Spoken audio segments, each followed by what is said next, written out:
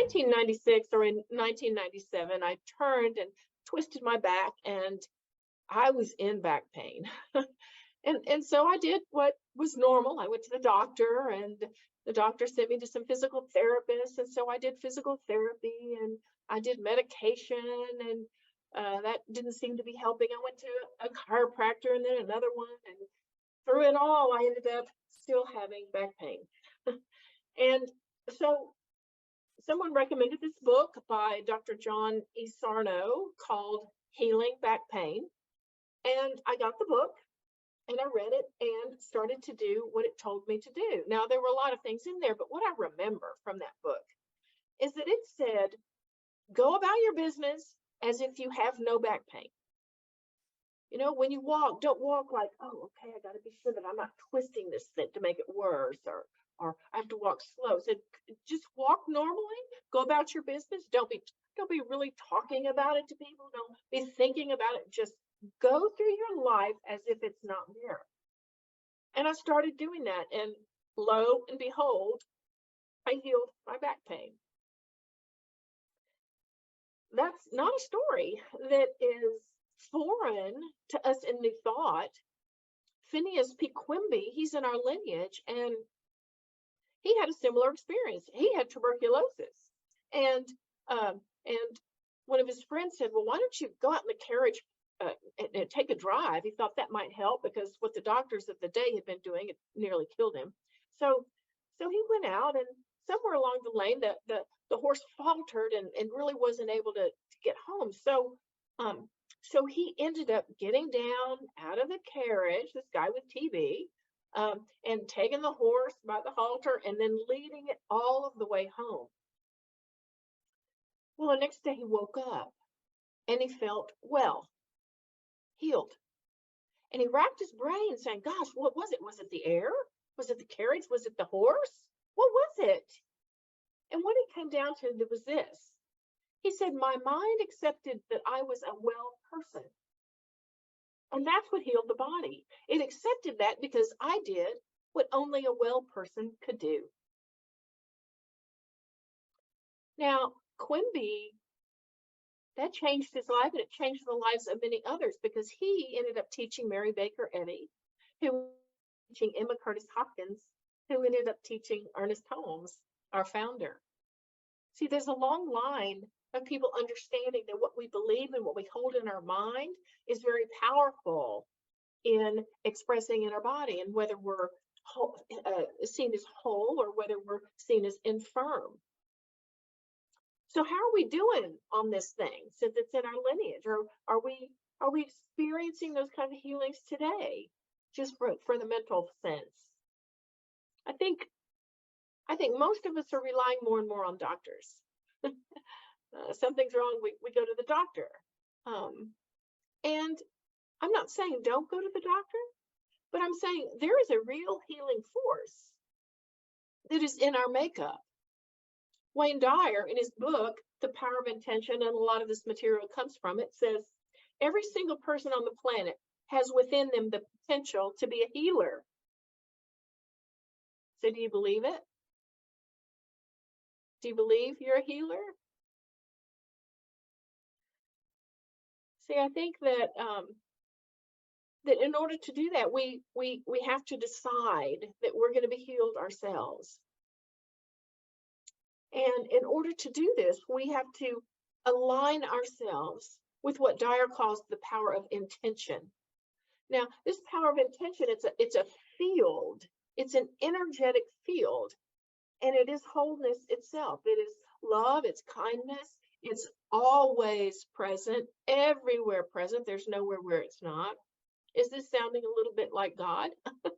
Well, it is. That's what we're talking about. But he calls it the field of intention. It's the unified field. And this field never knows sickness.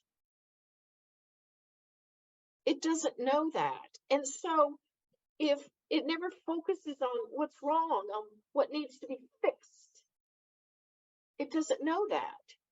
It knows only wholeness. It knows only health. So if we're really going to be healed, then we have to think like that. We have to be aware that that is the truth of our being. But what happens is that we don't believe it's really possible. And when we don't believe it's possible, that puts resistance in the way of healing. And then if we think, well, it's possible for some people, but not for me, that puts more resistance in the way of healing. And then if by some reason or other we think that we might be being punished because of something we did, and that's why we feel infirm, then that's even more resistance. See, the ego is in charge of all of that resistance. That's what it does. It's in charge of the dis-ease, the disharmony, the disorder. And, it thinks it's doing a thing in running our lives. It's really trying to help. But we need to get beyond the ego. We need to rise to that level of source itself that knows nothing needs to be fixed, that knows that everything is whole already. That means that we want to understand our oneness, that we are that essence.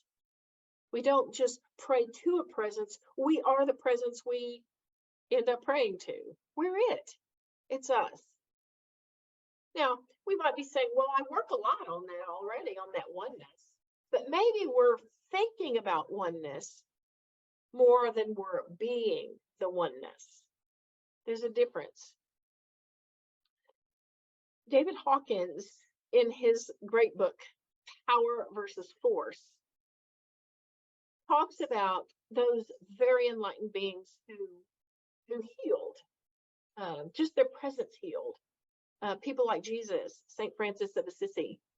And he calibrated a lot of emotions and levels of consciousness, and those were like on a scale of 1 to 1,000. Those were above 600, and in that level of consciousness, that high vibration of consciousness, there is no room for anything, for disease to exist. It can't exist at that level.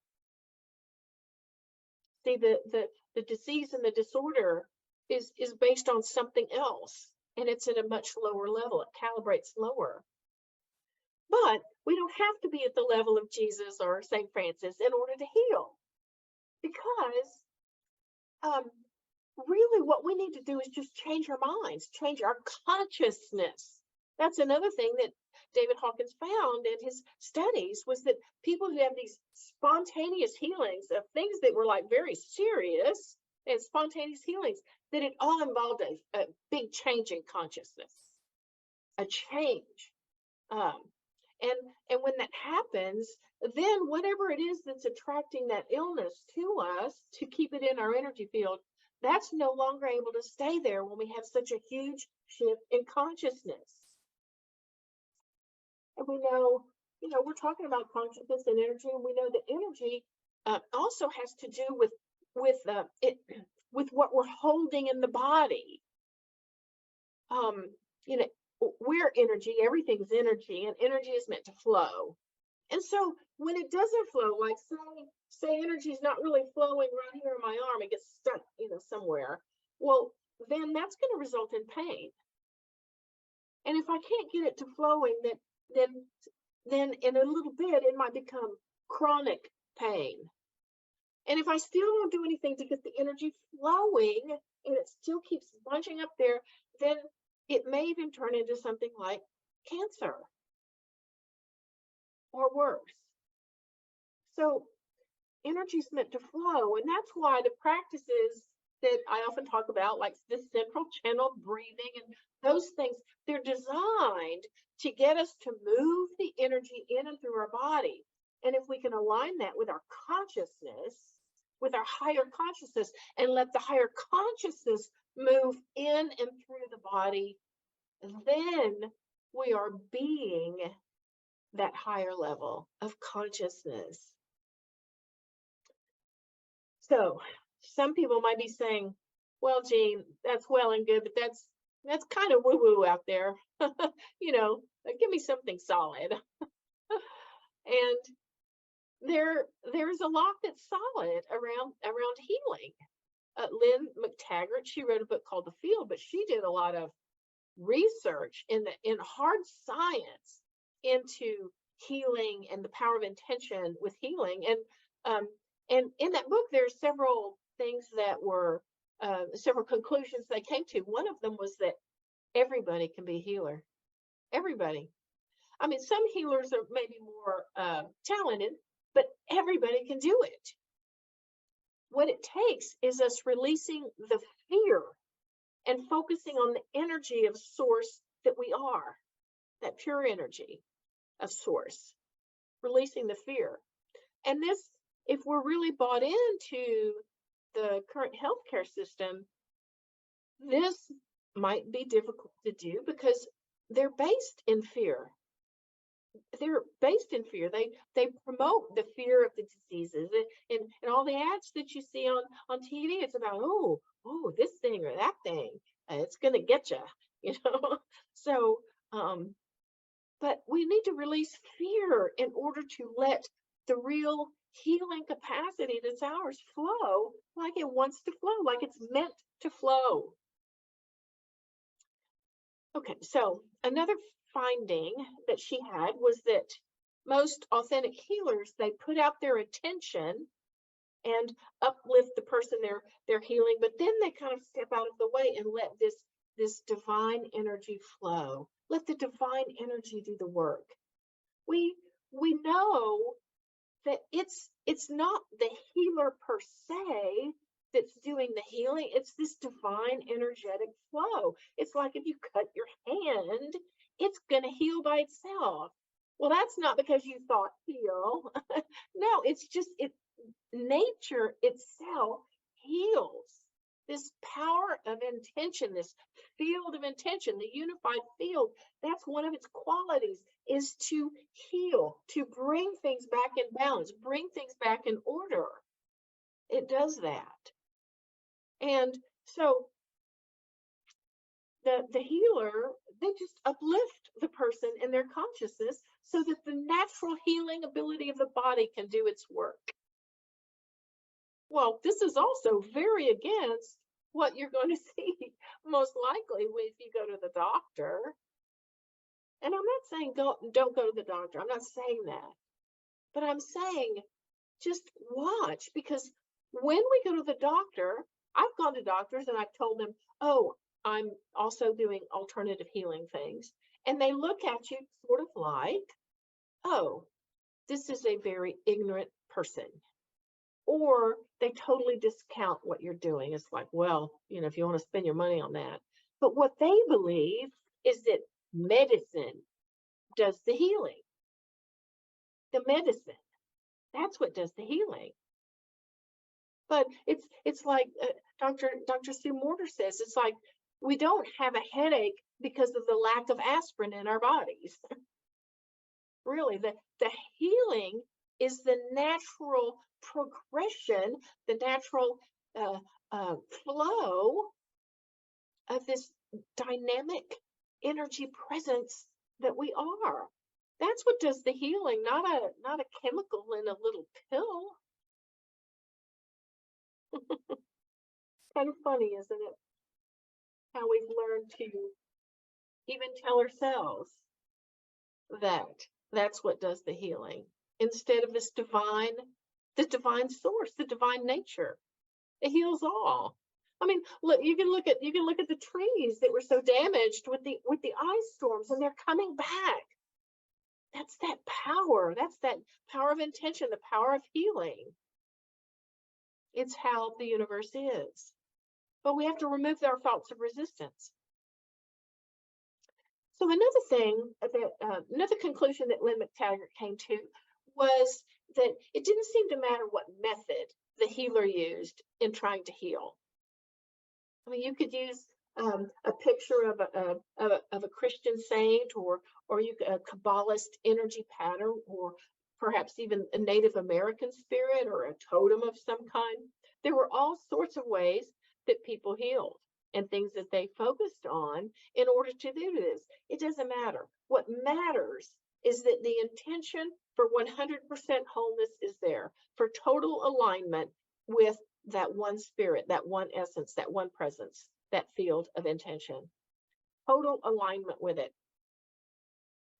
A firm intention to be in alignment. That is what made the difference. And that's what can make the difference for each of us, to be in total alignment with it. Now, another thing from this book, The Field, is that within consciousness, the consciousness of all humankind, there's a collective memory of healing. And so if we can tap into that, healing becomes very powerful. It becomes very powerful. And in addition to that, you can gather a group together to tap into that collective healing memory, and it will have even more power. More power to heal.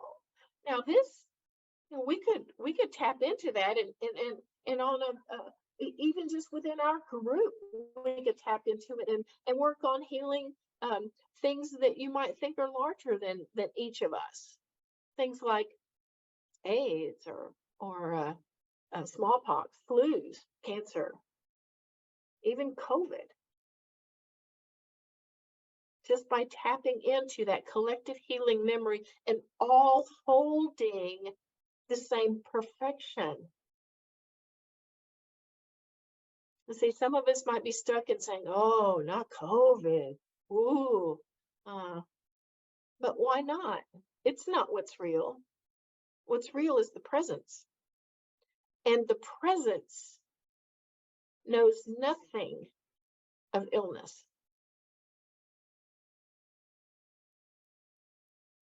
So if we want to be well and whole, we want to vibrate as close to that as possible. Now, another thing they found about healing is that one of the best things you can do is give a person that you're working with, give them hope. That's sort of like faith or a knowing. And when you give them hope, it raises their level of consciousness. It raises the energy. See, things like fear and doubt, that's very low level energy. It's a very low level of vibration, and healing is much more difficult to occur when there's a low vibration like that. And part of that is because the healing essence is Source itself. And Source itself vibrates at a higher level. So we need to come up there in order to experience the healing. Michelangelo said this: the greatest danger for most of us is not that our aim is too high and we miss it, but that it is too low and we reach it.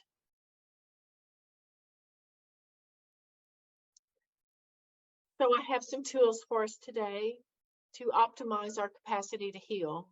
And I like acronyms. So today's acronym is HEAL, HEAL. And the H stands for hold the truth. Hold the truth. The same force that heals a cut on your hand is the same force that flows in and through us. We are it. We are it. We don't have to pull it into us or beg for it to come into us. In fact, if we beg for it to come into us, what we're saying is it's not here. And that's not a truth. It is here. The healing capacity is right here with us, in us, as us. It's our nature. So hold to the truth.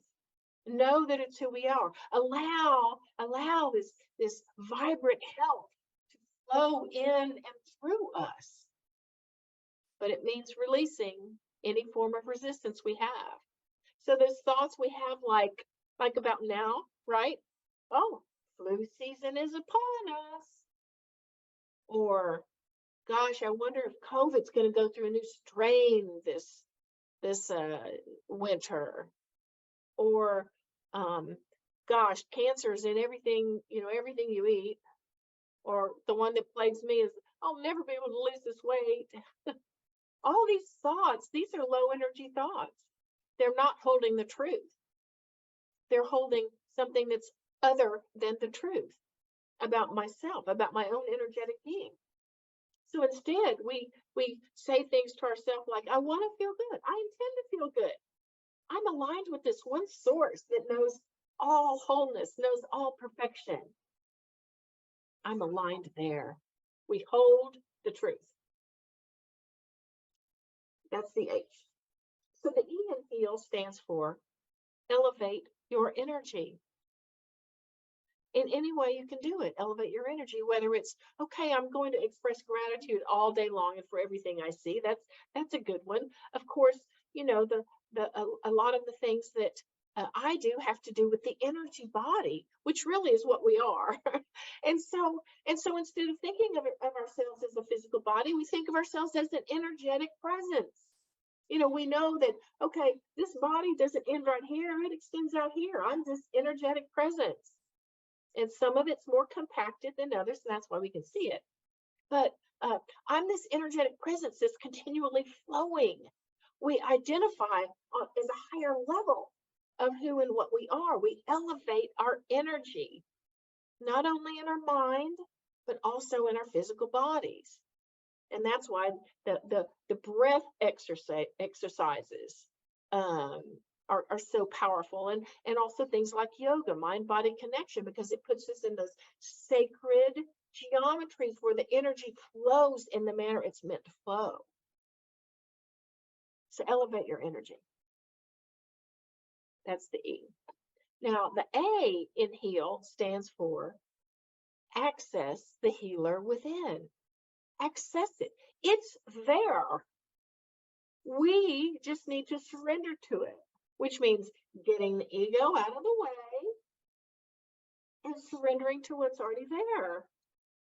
There's a saying in 12-step groups, let go and let God. And this is exactly what that is. It's about not giving in to the fear and the doubt that the ego wants to put forth. Anytime we're in that, we're not in our pure source. We're in ego. So practice surrendering to that internal essence that knows, that internal healer that is the one that heals the cut on your hand. It heals all things. It heals all things. When we feel restored, we call it healing, but the source knows nothing of healing really, because it knows only perfect health. So we just need to align with that. Access the healer within. That's the A. And then the L in HEAL, our acronym for the day, stands for love. And let love move. Now we all want more love in our lives, right? And we know even Ernest Holmes said, love is the greatest healing power in the universe. It is. It's this power that does the healing. But sometimes in New Thought, we get so focused on our mind, which we need to correct the mind and the thoughts, but we get so focused there, we forget to feel the presence of love. To feel that. David Hawkins in his book remarks that in the spontaneous recoveries, that he noticed that most of them involved a feeling, a huge sense of love, and then coming to understand the importance of love and having that in their daily lives. So this love, once we've healed ourselves, once we're in this healing mode, then we let love move into healing others. In fact, if we are really centered in love, we will be able to help ourselves from healing others as well. I'd like to leave a potential thought with us along these lines. If we center within that presence of love and come from that healed consciousness, that healed physical energy, that that we could each hold an awareness of is being healed. We could do that. If there were enough people on the planet to think in those terms, we could do it, and we could start that right here. And something else that I would suggest is that, especially today, is that healing is not just about the physical body. It's also about the emotional body, the mental body.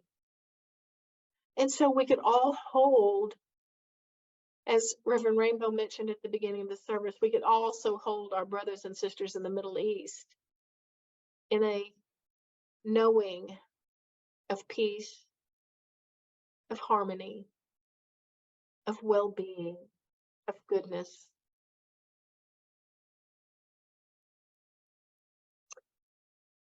Each of us has the capacity to heal ourselves and others.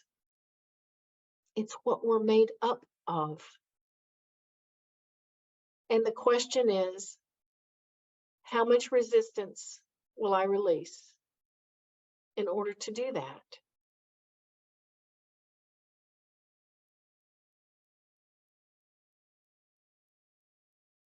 So let's just turn within in our time of prayer, our time of treatment. As we do so, we do take a deep breath deep in the belly and let that breath travel on the exhale up the spine and out the crown. And then we breathe from above all the way down into the belly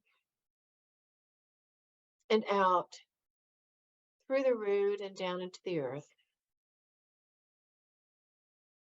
We begin the flow, or we begin to trace the flow of this energetic presence that we already are, recognizing that it is what we're meant to do, that we're meant to flow. We center our mind in that one presence, that one essence of life, in the goodness of all that there is, that we call God, or that we call the field of intention. This essence is all that there is. In reality, there's nothing else. We are made of this one essence, and therefore the reality of us is that 100% goodness, that 100% wholeness, that life eternal.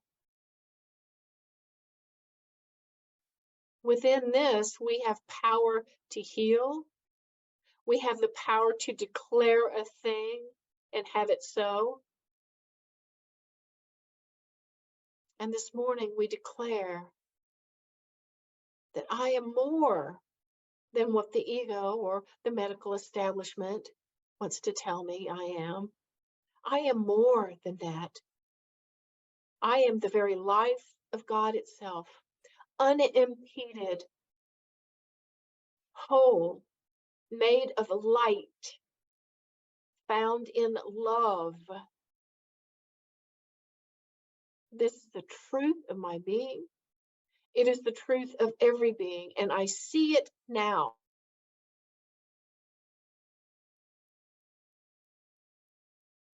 We hold that awareness, perhaps feeling joy,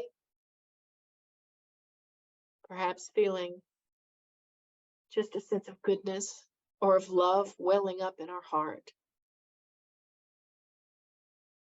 And then we breathe that sense of goodness and joy throughout our entire body.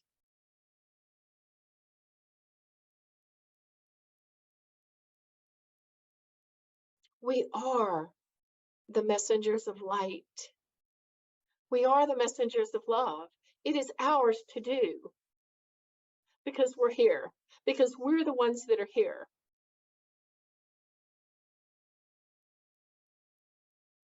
So we hold to this truth. as we gratefully surrender to that which is, we let it be and let that healing power flow. And so, in such gratitude,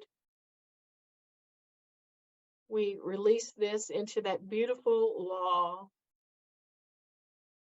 that law of love and light, and say, and so it is. Amen.